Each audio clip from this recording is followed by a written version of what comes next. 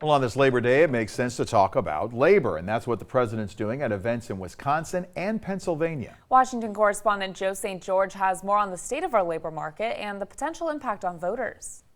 What does Labor Day mean to you and your family? Does it mean one last trip to the beach before summer ends? Does it mean a trip to an amusement park or one last summer hike? The truth is, Labor Day is about labor. It's about the workforce. It's about unions in many cases. So what's the status of America's workforce and America's economy? Here's the reality. Right now, America's workforce is, well, working. The unemployment rate is 3.7%. That's close to a record low. For perspective, during the 2009 recession, it hovered around 10%. In April of 2020, when COVID lockdowns began, it was at 14.7%. In fact, some economists say the biggest issue right now with our economy is that business owners are having trouble finding employees. In July, there were 11.2 million job openings across the U.S. That's nearly a record, too. It's why some businesses can't stay open or offer the level of service they would like. Job data is important because it shows businesses are still hiring and that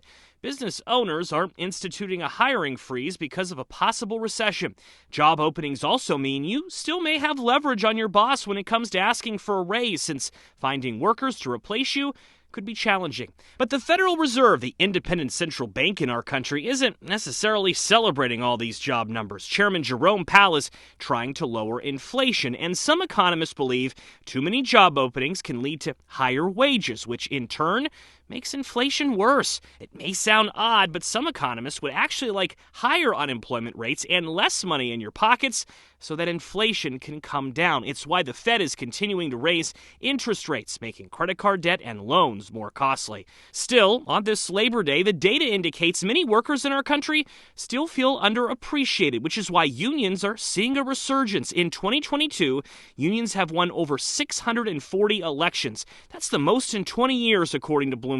Over 200 Starbucks locations are unionized on this Labor Day for the first time. In fact, the first half of 2022 saw a 76% increase in the number of strikes nationwide because employees had just had enough. In Washington, I'm Joe St. George.